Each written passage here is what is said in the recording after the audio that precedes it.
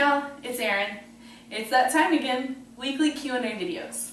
The first question comes from Minna. She asks, any special diet or regime for tummy fat?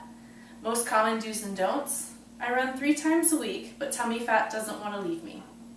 Well, there are a few things to look at. You want to look at your genetics, you want to look at how you're training, and you want to look at your diet.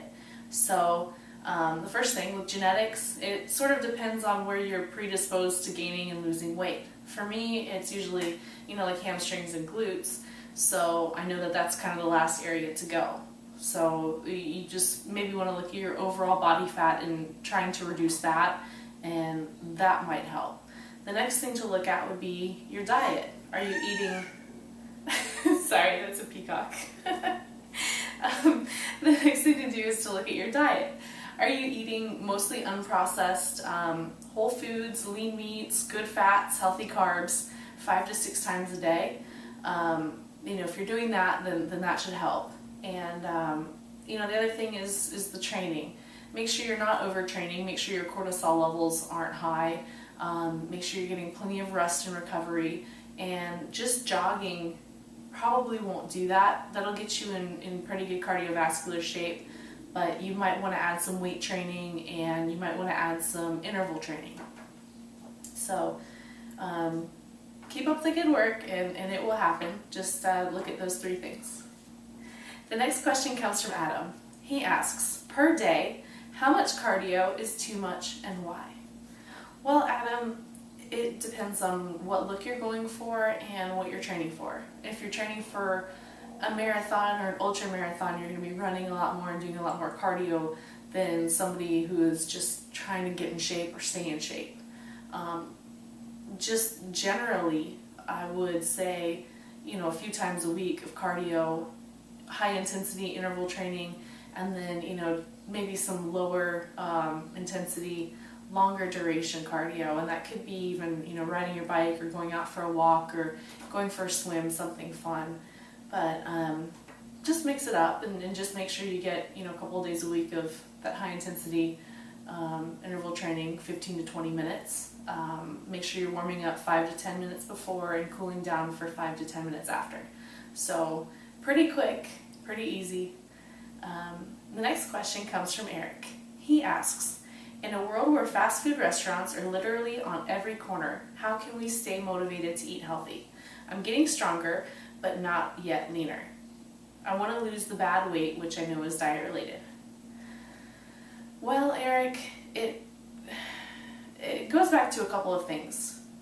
Making eating healthy as convenient as fast food. So go back to the kitchen, maybe prepare your meals a few days in advance so that you have them with you, and it's a lot easier if you have a cooler full of foods, some healthy foods, even some snacks, a handful of almonds, some things that will keep in your car, like protein powder. You can just add it to water. And the other thing too is you have to become motivated. So it just depends on how badly you want it. Is the hamburger worth not getting the abs that you want? So kind of weigh things out and pack your meals, plan in advance, and write down your goals, and you should be able to, with a little bit of self-discipline, see some changes. The next question comes from Anne. She asks, my question is kind of silly. You know those protein scoops that come with a protein powder? Do you fill them up to the line or all the way to the top? Well, Anne, that's a good question. A lot of times they'll say 1 rounded scoop. If that's the case, then you can fill it a little bit over. Otherwise, I would just say it's an even scoop. That being said, if you overfill it and you are over by 5 or 10 calories, the body can handle excess and a deficit pretty well. So I wouldn't worry about it. So, maybe one day mix it up, go crazy, fill it up, like a rounded scoop, and the next day just do regular. No, just kidding. There are no silly questions, but that was actually a good one. The next question comes from Vicky. She asks, I'm going to be 51 in June. I know it's never too late to begin any kind of fitness routine, but how would I begin a weight training routine at my age? I've not been very active in the last year or so, and I have flabby fat I want to get rid of. I'm in overall good health, besides a few aches and pains. What advice can you give me? Well, Vicki, congratulations on embarking on a new fitness journey.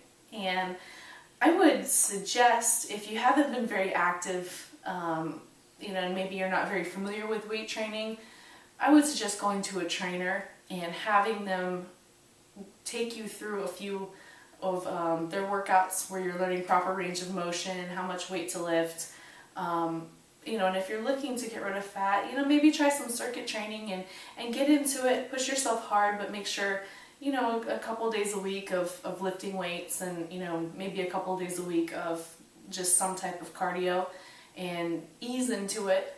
And, I would also suggest getting a couple of books on working out so that you learn the body and also writing down your goals. What exactly do you want to achieve with it? So hopefully that made sense. The next question comes from Sharon. She asks, what is the best shoulder workout for building nice round shoulders from every angle?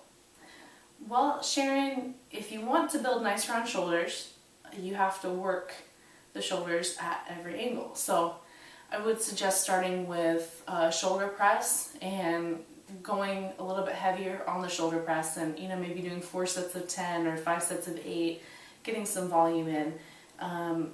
Also your front raises, your lateral raises are going to help. And my favorite too for rear delts, which is something that people don't usually work because they can't see, is cable crossovers for rear delts, and then also high pulls on the cable with a rope. So that was an excellent demonstration. I'm sure everybody understands. But just start with your presses, and that's the main thing to building good shoulders, is the press. So until next week, train hard, y'all.